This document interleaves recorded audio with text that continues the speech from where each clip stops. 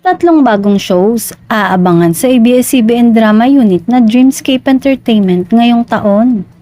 Narito ang tatlong bagong teleserye ng ABS-CBN ngayong 2025 na tiyak na aabangan ng mga kapamilya.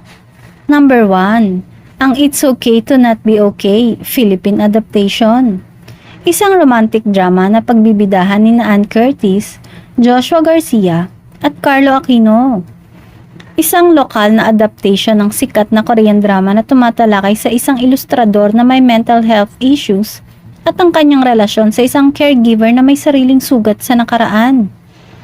What Lies Beneath? Isang mystery thriller kung saan bibida sina Julia Barreto, Janela Salvador, Charlie Dizon, Jake Cuenca at JM De Guzman. Isang serye na puno ng lihim at intriga, kung saan ang mga karakter ay nahaharap sa mga madilim na aspeto ng kanilang nakaraan at kasalukuyan. At ang pinakabago ay ang teleserye na pagbibidahan ng rumored couple na sina Paolo Avellino at Kim Chiu. Nakatakdang pumirma sa ABS-CBN Star Magic ang aktor kasabay ng anunsyo ng kanilang bagong proyekto ni Kim. Huling nagkatambalang dalawa sa telebisyon sa What's Wrong with Secretary Kim at ang sa big screen naman na My Love Will Make You Disappear.